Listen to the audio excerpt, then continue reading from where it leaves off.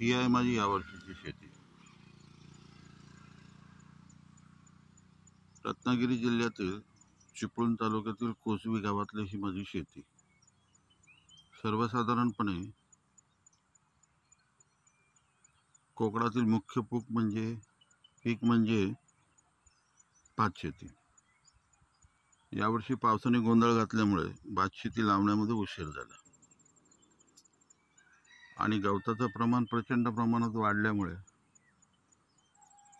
गवत काढण्यात बराच वेळ गेला.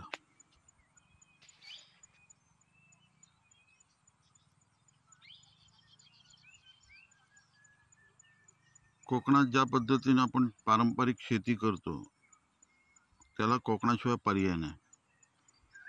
कारण मी यावर्षी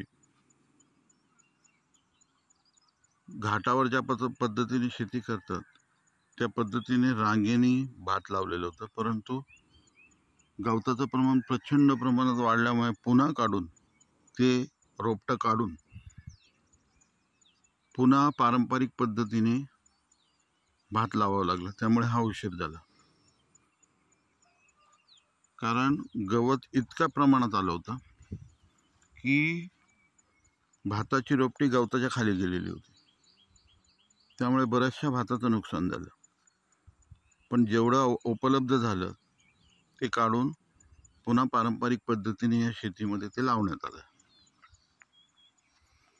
त्यामुळे या चोंड्यांना भात उरलंच नाही. म्हणून या रिकामी चोंड्यामध्ये आम्ही उडीद, मूग, चवळी आणि वाल हे ठोकलेले आहेत. त्याची रोपं आता जमिनीच्या बाहेर यायला सुरुवात झाली.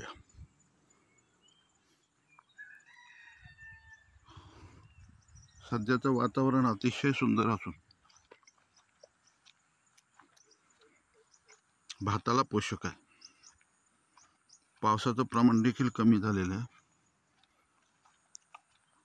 त्यामुळे ही कडधान्ये यायला त्याचा उपयोग होणार आहे.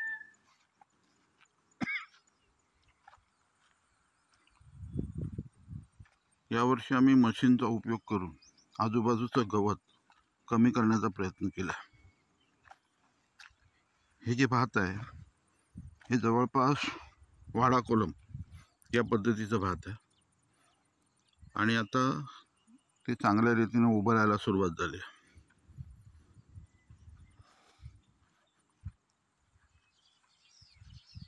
शक्यतो गणपतीपर्यंत भाताची उंची 2 फुटापर्यंत येते, परंतु यावर्षी थोडा उशीर झाला. दरवर्षीप्रमाणे यावर्षी आम्ही हळदीची शेती केली. ही हळद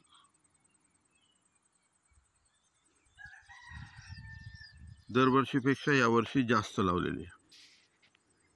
सध्या त्याची बेनणी चालू आहे.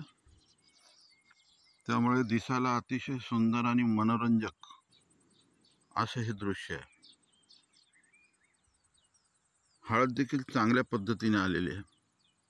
जवळजवळ 42 किलो हळद आम्ही या एका चोंड्यामध्ये लावलेली आहे, वाफा पद्धतीने. सध्या आजूबाजूला असणारा भात चांगल्या रीतीने येते. चांगलं काळं पडलंय, परंतु आमचं अजून काळं पडलेलं नाही. याचं कारण हे उशिरा लावलेलं. सध्याचं हे वातावरण अतिशय मनोरंजक असून कोकण काय आहे, कोकणाचं महत्त्व काय आहे हे अधोरेखित व्हायला मदत होते. आता ह्या हळदीची बेनणी पूर्ण झाल्यानंतर हळदीला जोर येणार. अजून खत मारलेलं नाही, पण गणपतीनंतर खत मारायला सुरुवात होईल बेनणी झाल्यानंतर. अशा पद्धतीची ही आमची या वर्षाची शेती आम्ही करायला सुरुवात केलेली आहे.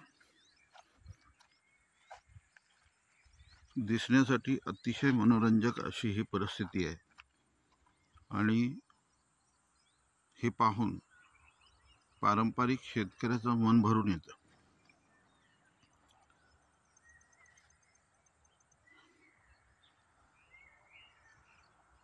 आपणा सर्वांसाठी यावर्षीची शेती आणि यावर्षीचं आमच्या कोकणातील ही लालपरी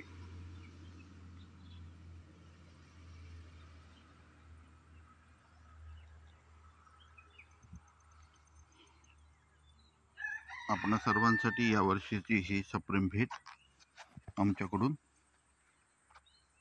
आता मी देखील उद्या सकाळी मुंबईसाठी निघतोय, पण म्हटलं जाता जाता आजच्या शेतीचा व्हिडिओ तुमच्या सर्वांसाठी बनवावा म्हणून केलेला हा प्रयत्न। व्हिडिओ आवडला तर चॅनलला सबस्क्राईब करा, बेल आयकॉन दाबा असे नवीन नवीन व्हिडिओ शेतीचे पाहण्यासाठी। धन्यवाद।